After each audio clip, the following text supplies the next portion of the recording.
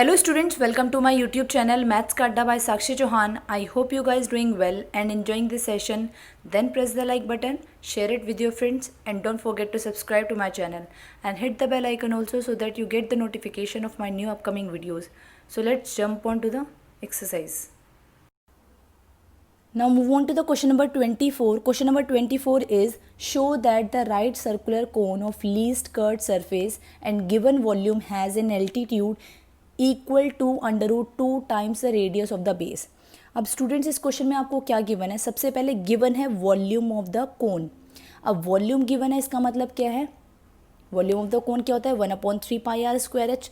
ये गिवन है, इसका मतलब वी क्या है? कांस्टेंट। ठीक है, नेक्स्ट क्या चीज़ गिवन है आपको? आपको ये शो करना है कर्व सरफेस एरिया। यहाँ पे लिखा है cone of least curve surface. अब लीस्ट कर्व सरफेस एरिया इसका मतलब क्या है? आपको CSA ऑफ द कोन को मिनिमाइज करना है। ठीक है, मिनिमाइजेशन के लिए हम क्या करते हैं? सेकंड डेरिवेटिव टेस्ट अप्लाई करते हैं। उसके बाद हम चेक करते हैं सेकंड डेरिवेटिव आपको क्या साइन दे रहा है। अगर मिनिमाइज कर रहा है इसका मतलब क्या होना चाहिए? वो ग्रेटर देन 0 मतलब पॉजिटिव साइन देना चाहिए। अगर नेगेटिव साइन देगा या लेस देन 0 होगा तो इसका मतलब क्या हो जाएगा? वो मैक्सिमाइज हो जाएगा। ठीक है, नेक्स्ट बात एक और क्या गिवन है? Altitude equal to √2 times the radius of the base. ये आपको शो करना है। इसका मतलब h is equal to √2 times the radius of the base. ठीक है, ये आपको शो करना है। तो सबसे पहले आपको गिवन था v जो कि था वॉल्यूम ऑफ द कोन। ये हमने लिख दिया 1/3 pi R square H is the volume of the cone. ठीक है, ये आपको गिवन है।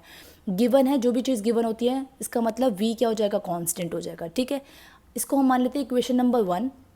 अब आगे देखेंगे हमें किस चीज़ की ज़रूरत है। r की वैल्यू निकालनी होगी तो यहाँ से निकाल लेंगे, h की वैल्यू निकालनी होगी तब भी हम यहाँ से निकाल लेंगे v को कांस्टेंट मानते हुए। ठीक है, अब कर्व सरफेस एरिया को लीस्ट शो करना है। इसका मतलब सबसे पहले हमें कर्व सरफेस एरिया लिखना पड़ेगा। That means let suppose S is equal to curve surface area of the cone. वो क्या होता है? Pi R L. ठीक है, और L क्या होती है? Slant height, R be the radius. ठीक है, और स्लांट हाइट का फॉर्मूला क्या होता है? √r² plus h²। तो हमने L के प्लेस पे क्या लिख दिया?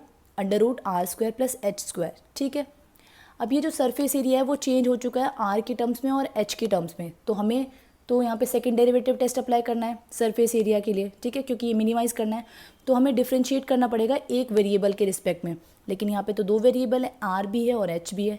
तो हम यहाँ से R की या H की वैल्यू निकाल सकते हैं। तो ईजी क्या होगा? देखो, आपको यहाँ से H की वैल्यू ईजिली निकल जाएगी। वैसे तो R की वैल्यू भी निकल जाएगी लेकिन R की वैल्यू दो जगह पुट करनी पड़ेगी। उससे अच्छा है कि आप एक जगह पुट कर लो H की वैल्यू। ठीक है, तो H की वैल्यू क्या आ जाएगी स्टूडेंट्स? इसकी मल्टीप्लाई इससे हो जाएगी 3v/πr²। तो 3v/πr² किसकी वैल्यू आ जाएगी? h की वैल्यू।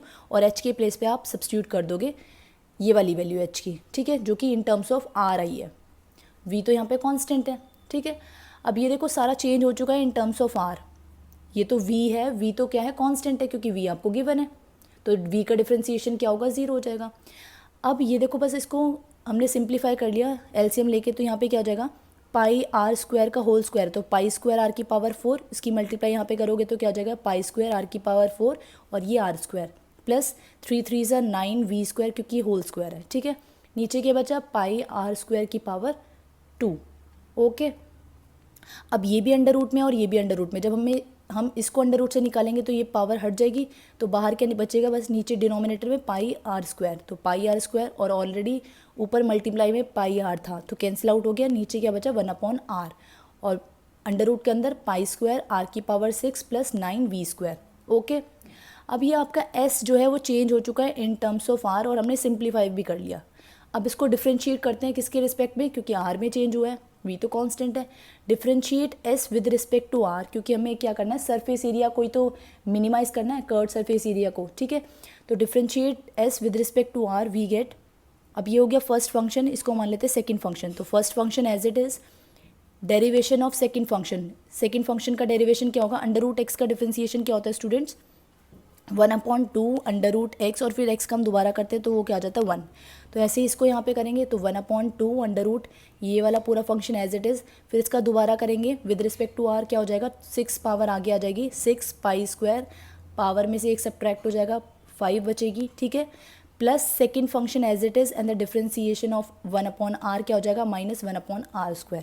ठीक है, बस अब इसको आपको सिंप्लीफाई करना है तो क्या हो जाएगा? यहाँ से ये वाला r और एक पावर यहाँ से कैंसिल आउट हो जाएगी। तो पावर क्या बचेगी यहाँ पे? r की पावर 4 पाई स्क्वायर है, पाई स्क्वायर बच गया, 2 से 6 कैंसिल आउट हो गया तो 3 बचा, अंडर रूट में नीचे डिनोमिनेटर में क्या बचा, पाई स्क्वायर आर की power 6 plus 9 V square. Okay, अब इसकी मल्टीप्लाई जब आप इससे करोगे तो प्लस माइनस माइनस हो जाएगा, 1/r², अंडर रूट में ये एज इट इज़ आ जाएगा। ठीक है, इसके डिनोमिनेटर में क्या है यहाँ पे 1, तो एलसीएम ले लिया हमने। एलसीएम लेने के बाद क्या होगा यहाँ पे, देखो इसके डिनोमिनेटर में r² है और इसके डिनोमिनेटर में अंडर रूट है, तो एलसीएम दोनों का मल्टीप्लाई आ जाएगा। ठीक है, अब यहाँ पर क्या आ जाएगा, क्योंकि ये और ये कैंसिल आउट हो जाएगा, इसमें किसकी मल्टीप्लाई होगी, r² की, क्योंकि ये r² की इसके साथ मल्टीप्लाई होगी और इस अंडर रूट की मल्टीप्लाई इसके साथ होगी, क्योंकि एलसीएम ले रहे हैं हम यहाँ पे। तो यहाँ पे क्या हो जाएगा, 3π² r की पावर 4 और ये r² यहाँ पे आ जाएगा, माइनस ये वाला फंक्शन एज इट इज़, इसकी मल्टीप्लाई दोबारा इससे होगी तो इसका क्या हो जाएगा, अंडर रूट होल स्क्वायर। अब स्क्वायर से अंडर रूट कैंसिल आउट हो जाएगा, वी गेट π² r की power 6 plus 9 V square. Bracket खोल दो, माइनस के अंदर मल्टीप्लाई कर दो तो क्या बचेगा, 3π² r की पावर 6 माइनस π² r की power 6 minus plus minus 9 V square, और अंडर रूट में जैसे था वो नीचे डिनोमिनेटर में वो हमने एज इट इज़ लिख दिया। ठीक है, तो ये आपके पास आ चुका है ds/dr।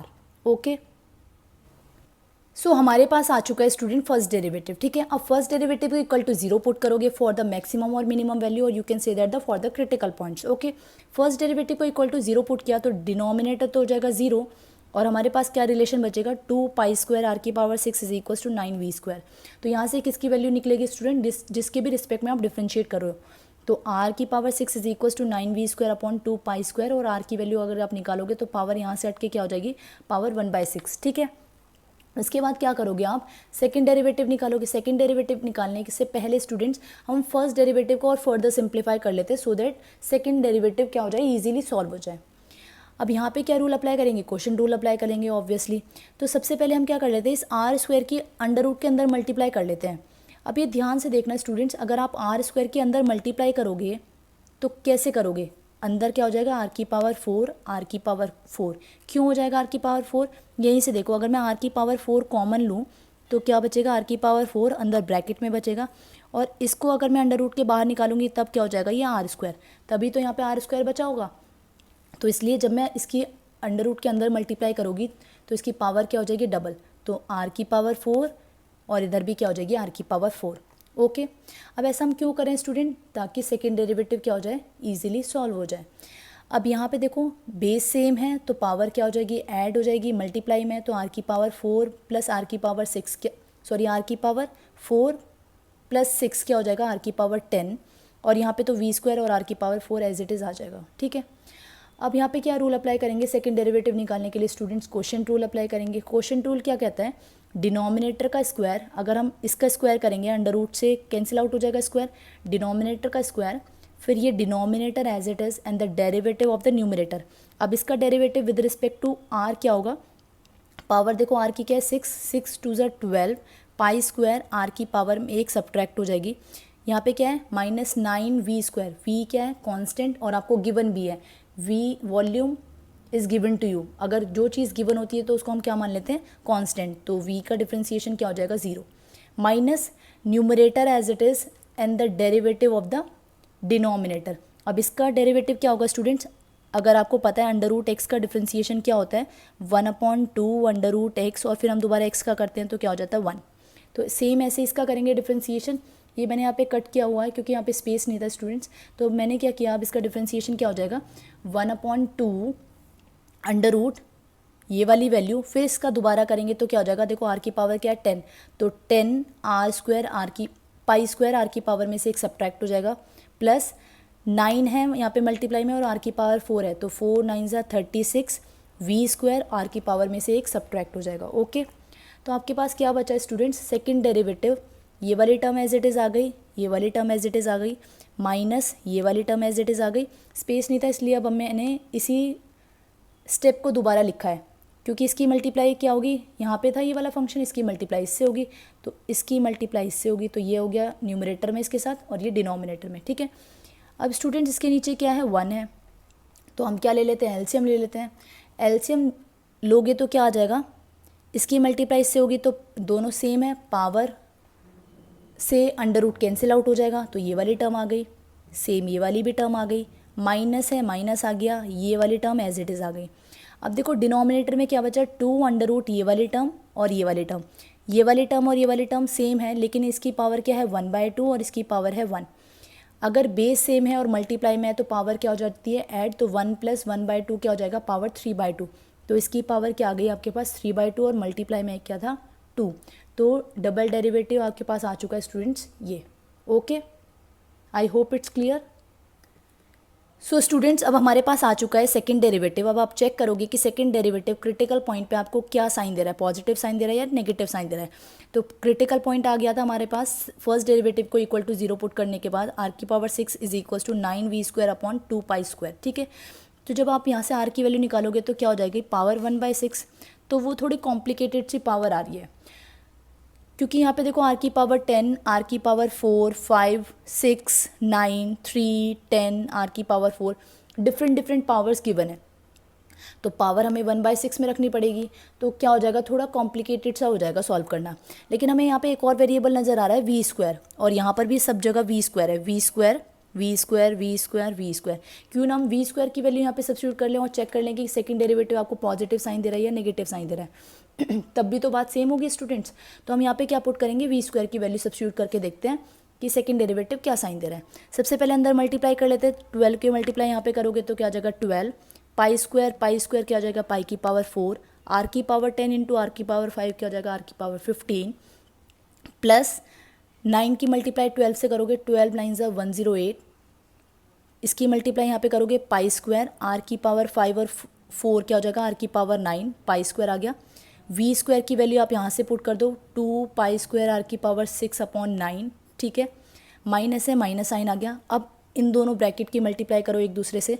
सबसे पहले हम मल्टीप्लाई करते हैं 2π² r⁻6 की इस पूरे से, तो 2 × 10 करोगे तो क्या आ जाएगा 20, π² × π² π⁴, r⁻6 r⁻9 r⁻15। ठीक है, फिर क्या करेंगे 2 की मल्टीप्लाई 36 से करोगे तो 72, π² आ जाएगा क्योंकि यहाँ तो पाई की वैल्यू है ही नहीं कोई, r⁻6 r⁻3 r⁻9 और क्या है v² की वैल्यू आप यहाँ पे पुट कर दो, जो कि क्या है 2π² r⁻6/9। ठीक है, उसके बाद क्या करोगे आप 9v² की मल्टीप्लाई करोगे इस पूरे से, 9 की मल्टीप्लाई 10 से करोगे तो क्या आ जाएगा 90, -90 क्योंकि माइनस है यहाँ पे 90, π² r⁻9, v² के प्लेस पे v² की वैल्यू।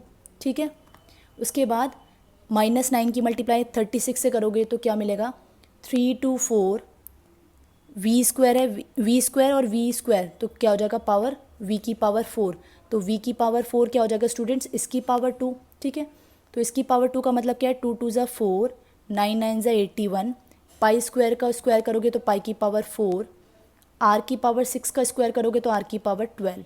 ठीक है, और क्या था मल्टीप्लाई करने के बाद r³ था, तो r³ भी हमने लिख दिया यहाँ पे, मल्टीप्लाई हो गई यहाँ पे। ठीक है, उसके बाद हमें साइन ही तो चेक करना है। अब देखो यहाँ पे क्या है, तो स्टूडेंट्स ये वाली टर्म पॉजिटिव हो गई। ठीक है, ये पॉजिटिव है, इसकी मल्टीप्लाई इससे करोगे तो ये वाली टर्म पॉजिटिव हो गई, ये दो टर्म तो आपकी हो गई पॉजिटिव। अब इस ब्रैकेट के साइन को चेक करना है हमें कि पॉजिटिव साइन दे रहा है या नेगेटिव साइन दे रहा है। ठीक है, अब यहाँ पे मल्टीप्लाई करी तो क्या आ गया, मतलब ये तो वाली टर्म तो एज इट इज़ आ गई 20 π⁴ r⁻15। यहाँ से कैंसिल आउट करेंगे तो क्या बचेगा यहाँ पे 9 8 = 72, 8 2 = 16, पाई की पावर क्या आ जाएगी 4 क्योंकि π² π² π⁴, r⁻9 r⁻6 r⁻15। ठीक है, ब्रैकेट को खोल दिया तो ये क्या आ जाएगा माइनस में आ गई, ये वाली वैल्यू भी माइनस में आ गई।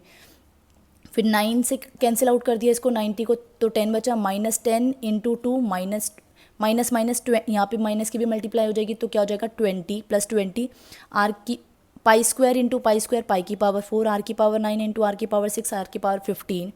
ऐसे ही सेम यहाँ पे 81 और 3 2 4 कैंसिल आउट हो जाएगा 4 टाइम्स, 4 4 = 16, -16 है लेकिन माइनस की मल्टीप्लाई बाहर भी है तो क्या हो जाएगा +16, π² है, π² आ गया, r⁻3 r⁻12 क्या हो जाएगा r⁻15।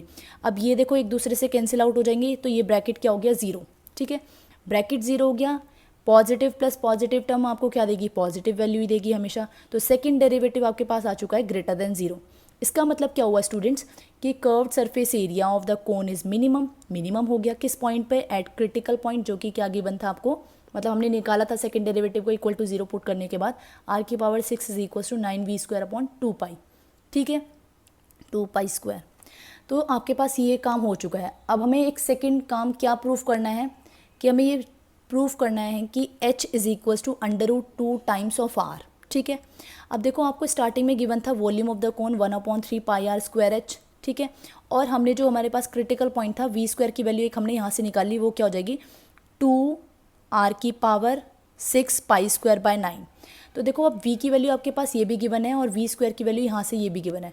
अगर मैं यहाँ पे स्क्वायरिंग कर दूँ स्टूडेंट, तो v² क्या हो जाएगा 1/3 का क्या हो जाएगा 1/9 π², r की पावर 2 का स्क्वायर, r की पावर 4, h का स्क्वायर, h²। अब v² की वैल्यू ये भी आ गई आपके पास और v² की वैल्यू ये भी आ गई। अब हमारे पास स्टूडेंट्स v² की वैल्यू ये भी आ चुकी है और v² की वैल्यू ये भी आ चुकी है। हमने क्यों निकाली है v² की वैल्यू, ताकि हम दोनों को कंपेयर कर सकें और h और r में रिलेशन निकाल सकें, ठीक है।